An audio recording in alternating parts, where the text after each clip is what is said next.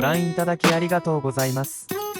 本日は見えなかったスピードメーターの修理になります。調べてみるとメーター内のレンズの交換が出てきたため作業をいたしました。作業内容は簡単な方だと思いますが、ダッシュボードの取り外しが多少大変です。倍速になりますが作業をご覧ください。